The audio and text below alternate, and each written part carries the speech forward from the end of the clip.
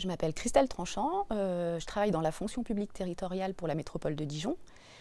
J'ai une formation d'ingénieur INSA Lyon en mécanique et développement. Ensuite, j'ai obtenu un master management de la maintenance aux arts et métiers à Paris. J'ai travaillé une dizaine d'années dans le secteur privé, essentiellement dans le domaine des transports publics, donc pour Keolis, dans des missions d'ingénierie de la maintenance, puis pour Régis Rail, sur des projets de maîtrise d'œuvre de tramway. Ça fait maintenant 12 ans que je travaille dans la fonction publique chez Dijon Métropole, au sein de la direction espace public et cadre de vie. David Faux, moi j'ai une formation de Bac+5 master en images et réseau, option image modélisation 3D. J'ai travaillé pendant 10 ans en PME autour des logiciels pour les collectivités sur les systèmes d'information géographique et la valorisation des données du territoire. Et ça fait 9 ans maintenant que je travaille au sein de la direction du numérique de Dijon Métropole en tant qu'initialement chef de projet sur tout ce qui est démarche en ligne, dématérialisée, et depuis 2 ans sur la valorisation de données et le patrimoine de données. Est-ce que vous pouvez détailler un peu vos missions à Dijon Métropole ? Moi, j'ai une double mission. Je suis à la fois directrice de la sécurité civile, de la circulation et de la coordination. Et j'ai également une mission de direction de projet pour le projet On Dijon de Métropole Intelligente. Donc, dans le cadre de mes missions de directrice de la sécurité civile, j'encadre une équipe d'une quinzaine de personnes. On a en charge la gestion des risques majeurs, du plan communal de sauvegarde, de la sécurité routière, de la circulation, et puis la coordination des interventions sur l'espace public. Pour ma part, en tant que responsable des données, je travaille sur la connaissance du patrimoine de données de la métropole, puisqu'on on gère énormément de métiers au sein de la collectivité. Je travaille aussi sur la valorisation de ces données-là et j'essaye d'animer la gouvernance de données de manière transverse entre tous les projets métropolitains, que ce soit le projet de Smart City, le projet sur l'énergie, le projet sur l'alimentation et tous les autres projets qui peuvent tourner autour du sujet de la donnée. Et est-ce que vous pouvez donner un exemple de projet sur lequel vous travaillez en ce moment ? Alors, en ce moment, moi, c'est vraiment le projet On Dijon de Métropole Intelligente qui met la gestion de l'espace public au cœur des nouveaux services et de la modernisation de la collectivité. Auparavant, moi, je suis arrivée à la métropole sur le projet Tramway. Donc là, c'était vraiment en tant que conductrice d'opération sur le pilotage de la réalisation des 2 premières lignes de tram, où j'avais en charge l'acquisition du matériel roulant, des systèmes courant fort, courant faible, des équipements du dépôt. J'avais également en charge la réalisation des dossiers de sécurité qui nous ont autorisés à mettre en service les lignes de tram. Sur le projet Dijon, je suis présent sur le volet données, en fait, sur l'organisation de l'architecture de données et également sur un gros travail de valorisation des données, puisqu'on a mis en place un système opérationnel qui permet de collecter un ensemble de données. Et maintenant, il s'agit de leur donner une dimension de valeur et une compréhension auprès de nos élus, de nos directeurs et des citoyens également. Le gros projet également en parallèle de sujets de Smart City, c'est la Smart City côté écologie avec le projet Response, qui est un projet européen qui regroupe 13 pays, 53 partenaires et qui vise à déployer des îlots de chaleur à énergie positive. Un gros projet sur 5 ans avec énormément de sujets de croisement de données issus de cet écosystème de partenaires et dans laquelle la métropole va essayer de mettre à disposition un outil d'agrégation et de valorisation de données. Vous parliez du projet On Dijon. Est-ce que vous pouvez expliquer de quoi il s'agit ? Alors On Dijon, c'est un projet de métropole intelligente. C'est vraiment un projet qui s'appuie en fait sur la création d'un poste de pilotage connecté qui va rassembler l'ensemble des fonctions urbaines des 23 communes de la métropole, donc la sûreté, la sécurité, la mobilité, le pilotage des équipements urbains, la gestion des interventions. C'est un projet qui a été réalisé au travers d'un contrat qu'on a signé en 2017 avec un groupement d'entreprises composé de Bouygues Énergie et Services, Citélum, qui est une filiale d'EDF, avec 2 partenaires, Suez et Capgemini. C'est un contrat qui porte à la fois sur la conception et la réalisation du poste de pilotage, mais aussi sur la rénovation et l'exploitation maintenance des équipements urbains qui vont être raccordés à ce poste de pilotage. Donc les équipements urbains, ce sont l'éclairage public, les carrefours à feu, les bornes d'accès zone piétonne, les caméras. C'est un contrat qui a été signé pour un montant de 105 millions d'euros sur 12 ans. Il y a 53 millions d'euros qui sont des investissements qui sont portés par la ville de Dijon, la métropole, la région et le FEDER. Et puis, on a 52 millions qui correspondent au coût d'exploitation et maintenance du poste de pilotage et des équipements urbains. Et comment sont gérées et structurées les données numériques à Dijon Métropole? On est pour l'instant sur un modèle assez siloté, c'est-à-dire que la donnée elle est stockée autour d'un volet applicatif avec les bases applicatives qui sont adossées aux solutions exploitées au quotidien par les services. On travaille justement sur la connaissance de ce patrimoine-là pour mieux l'exploiter et essayer de trouver des croisements qu'on pourrait faire entre ces différents jeux de données. Et je l'ai dit tout à l'heure dans le projet de réponse, on a la volonté de mettre à disposition un outil qui permettra de centraliser les données. Il sera bien sûr mis à disposition pour les partenaires dans le cadre du projet réponse, mais bien évidemment également pour nous, Dijon Métropole, Ville de Dijon, sur la centralisation de ces données-là et la possibilité justement de les travailler de manière homogène dans un même écosystème. Est-ce que vous pouvez nous expliquer maintenant quelle est la politique d'ouverture de ces données publiques non confidentielles? Alors, comme toutes les collectivités, on répond aux contraintes réglementaires de l'open data en mettant à disposition des jeux de données. Alors pour l'instant, ces jeux de données ils sont disponibles dans les différentes plateformes assez adossées justement aux services et aux directions. On est en train de travailler sur la préparation d'une plateforme qui centralisera justement tous ces jeux de données-là et qui va étendre beaucoup plus le périmètre des thématiques mis à disposition dans le cadre de l'open data. Mais pour nous, l'open data, ce n'est pas uniquement ouvrir des flux. Ouvrir des flux, on va en effet répondre à des attentes de certains grands groupes américains notamment, les GAFAM, mais également peut-être certains geeks de la donnée, j'ai envie de dire, mais ça ne va pas servir le citoyen. Donc cette plateforme-là, elle va également porter une grosse partie compréhension, appropriation de la donnée via des cartographies, des thématiques et ce qu'on appelle du storytelling autour de ces données-là pour faire comprendre la donnée et permettre aux citoyens de pouvoir se l'approprier. Et donc, qu'est-ce qu'une Smart City selon vous? Alors, Smart City, la traduction générale, on dit ville intelligente. Je crois que c'est surtout une ville agile qui doit pouvoir s'adapter au quotidien et pouvoir répondre aux vraies problématiques que les usagers rencontrent sur le territoire et apporter des solutions de manière parfois préventive, justement, via l'observation des données et puis des calculs de modèles prédictifs. Ouais, je dirais aussi, pour compléter, que c'est vraiment une ville qui utilise les nouvelles technologies pour mieux comprendre les usages, les besoins des habitants. C'est finalement l'intelligence des usages, mais pour moi, c'est aussi la transparence de l'action publique.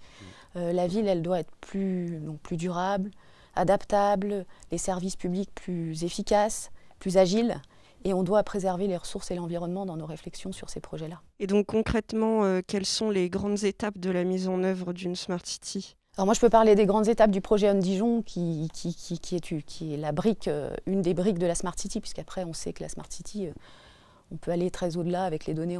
C'est ensuite les équipes de David qui vont prendre le relais pour exploiter tout ce qui a été mis en place. Mais le projet On Dijon, c'est vraiment un projet qui s'est déroulé sur plus de 6 ans entre le moment où on a commencé à réfléchir et le moment où on a mis en service le poste de pilotage.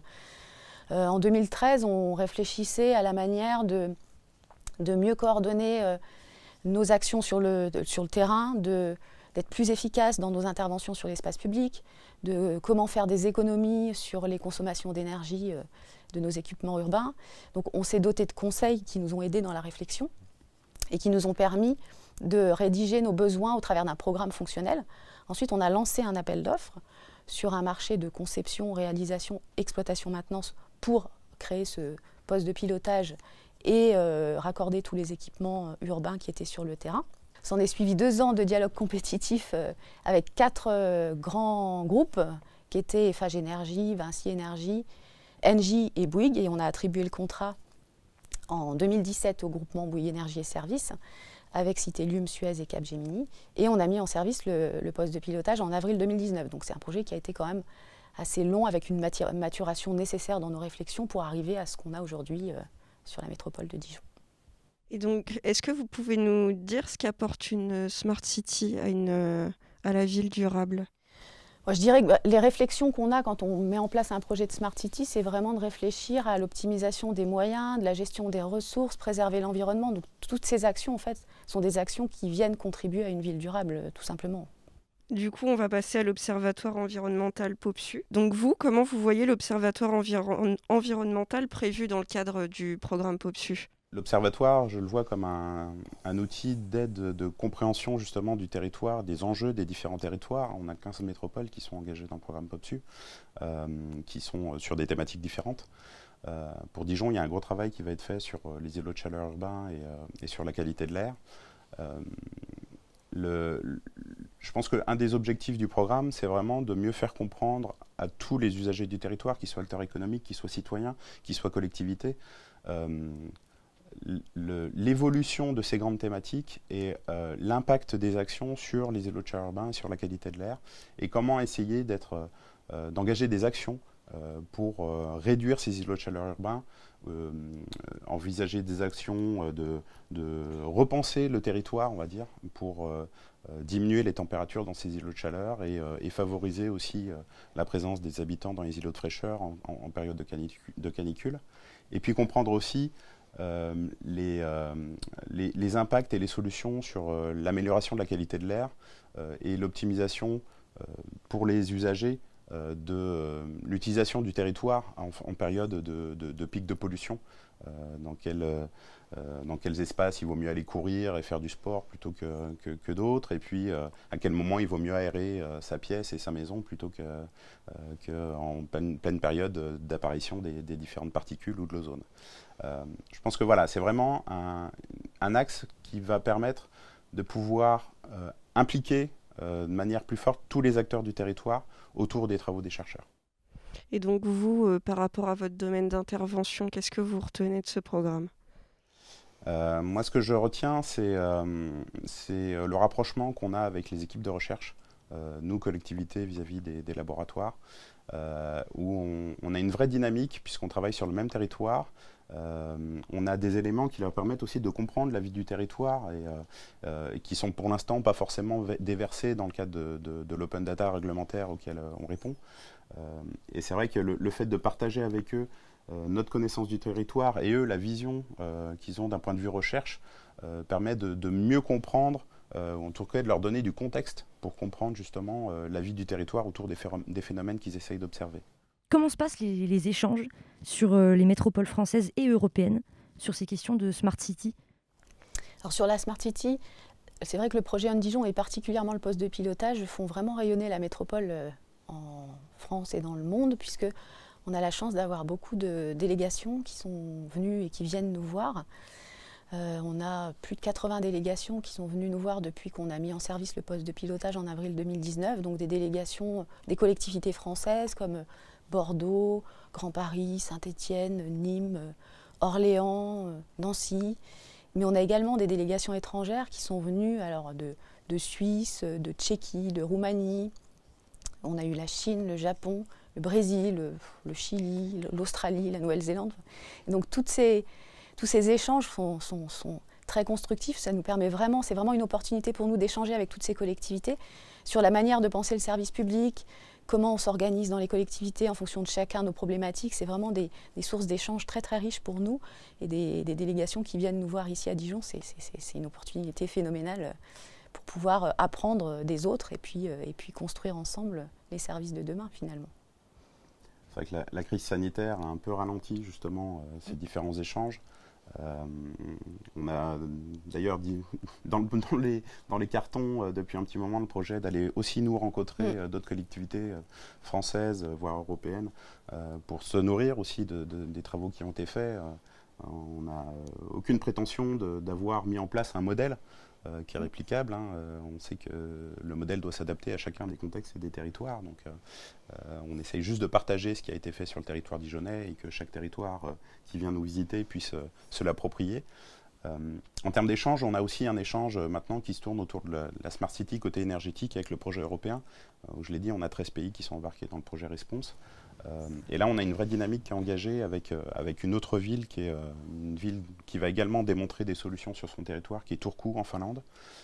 Et on a des villes suiveuses en Belgique, en Espagne, en Grèce, en Bulgarie, en Roumanie, qui vont être aussi des lieux d'observation, on va dire, de ce qui va être fait sur notre territoire, Et on va essayer de leur mettre à disposition la connaissance qu'on a pu acquérir dans la mise en place de nos expérimentations sur tout le volet Smart City. Alors là, plus côté énergétique, mais on est toujours dans le sujet de la Smart City. On a à nouveau la volonté de partager, mais de manière très humble, sans préjuger que le modèle qui a été fait sur Dijon soit un modèle complètement réplicable auprès des différents territoires. C'est vrai qu'on aborde chacun le sujet par différents angles finalement. Donc nous, on a choisi de démarrer par les infrastructures pour aller vers les usages.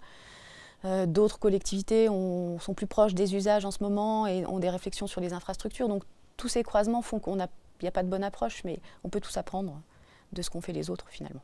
Absolument. Et comment s'organisent les échanges avec le consortium qui gère les données de ON Dijon? Sur le consortium, on a vraiment un travail de co-construction avec eux sur la mise en place des architectures qui permettent de stocker les données. Preuve en est, en début d'année, on a fait un travail conjoint sur l'expérimentation d'outils de valorisation de ces données-là. On a essayé de travailler sur différentes solutions qui nous permettraient de répondre aux objectifs et du groupement et de la collectivité. On fait arbitrer en comité technique puis en comité de pilotage, où sont présents et des membres du consortium et des membres de la collectivité. Donc on a vraiment un travail assez resserré avec le groupement et qui se fait vraiment de manière assez fluide maintenant. C'est un vrai partenaire. Voilà, c'est un vrai partenariat. Je vais tirer juste le fil un petit peu plus loin. Christelle a parlé tout à l'heure du développement de l'application mobile qui va bientôt être mis en service. C'est un développement qui est porté par Dijon Métropole et qui travaille avec Capgemini de manière très resserrée sur la mise en place de ce socle application mobile. Donc à nouveau, on a dépassé le cadre contractuel du projet ON Dijon. On est vraiment dans une relation partenariale. Et on est sur cette même philosophie dans le projet Response où on travaille vraiment en partenariat avec les différents territoires et les différents partenaires, qu'ils soient industriels, laboratoires de recherche ou collectivités. C'est vrai que nous, en fait, on attend des partenaires industriels et du groupement qui nous amènent vraiment les solutions technologiques parce qu'ils ont issus de leur recherche et développement, de ce qu'ils ont pu pratiquer dans d'autres collectivités. Et nous, on leur amène finalement les clés de la gestion d'une ville et on croise tout ça pour arriver à faire en sorte que nos outils soient adaptés aux réalités terrain en profitant des meilleures technologies de ce qui se fait sur le marché, mais adaptés à nos usages dans la collectivité. Ils ont des capacités en effet qui vont au-delà de celles de la métropole sur l'évaluation de solutions techniques. À nouveau, je prends l'application mobile, on n'a pas la possibilité, nous en interne, de pouvoir tester sur X modèles de téléphone portable le fonctionnement de l'application, mais eux ont ce principe d'organisation et ont les équipes qui sont à même de pouvoir le faire. Donc on se complète, on est assez complémentaires. C'est ça, c'est vraiment une co-construction. Vous parliez tout à l'heure de participation citoyenne, finalement, mais concrètement, quelle est la place du citoyen au sein de la Smart City à Dijon ? Le citoyen, il est au cœur du sujet. C'est lui, la finalité de tout ça, c'est quand même le citoyen. L'idée, c'est de pouvoir répondre à ses besoins. Mais maintenant, le citoyen, il n'attend pas uniquement que la ville gère les fonctions essentielles, qui sont les fonctions classiques d'une métropole, par exemple se déplacer en sécurité, dans la plus grande fluidité possible. Il attend aussi de pouvoir participer aux évolutions et aux améliorations qui vont arriver dans sa ville. Donc il faut que nous, on pense le service public à la fois de manière à gérer le plus efficacement possible les grandes fonctions urbaines pour répondre à ses attentes, mais il faut qu'on puisse lui donner la parole et qu'on puisse le rendre finalement acteur de son territoire. Donc c'est vraiment l'enjeu. Et pour moi, le citoyen, il est au cœur du projet. Le projet est pour lui. Tout à fait, c'est la finalité. Donc une question un peu plus futuriste. Comment comment vous imaginez la suite avec les échanges, notamment avec les chercheurs, portés par les thématiques au sein du programme POPSU, donc que ce soit la Smart City, la ville durable, le Big Data La dynamique qu'on a créée avec les chercheurs dans le cadre du programme POPSU, elle va perdurer dans le projet Response, puisque c'est un projet qui va durer de 2020 à 2025 et même un petit peu au-delà avec un temps d'observation. Donc on a vraiment engagé une démarche partenariale avec eux dans le cadre de POPSU qui va continuer dans le cadre du programme Response. Et on a réussi à décloisonner la vision que les chercheurs peuvent avoir et que nous, collectivités, on peut avoir. On a vraiment un travail qui est partenarial maintenant avec eux. Et je pense qu'il va arriver à perdurer parce qu'on a compris l'apport que peut avoir la collectivité pour les chercheurs pour la collectivité. Vous l'avez dit, il va faire de plus en plus chaud. Est-ce que vous avez un petit conseil à donner aux citoyens en cas de canicule? Peut-être que dans quelques mois, un an ou deux, il pourra regarder son application mobile et identifier quelles sont les zones de fraîcheur au niveau de la métropole et à quel moment il faudra qu'il aère son logement pour éviter de faire rentrer trop de chaleur. Puis les bonnes pratiques, faire attention aux ressources, à l'utilisation de l'eau, aux gestes au quotidien qui font qu'on doit vivre avec les évolutions climatiques. Donc il faut s'adapter. Alors la ville s'adapte en essayant de mettre à disposition des choses, des îlots de fraîcheur, des bancs, des arbres qui permettent aussi de pouvoir se déplacer plus facilement quand il fait chaud. Mais il faut aussi que chacun de nous adaptions notre comportement face à ces changements climatiques. De la même manière, peut-être comprendre que multiplier la climatisation, c'est aussi accélérer le réchauffement climatique. On réduit la chaleur pour son bien-être personnel, mais on favorise l'émission de chaleur pour le collectif.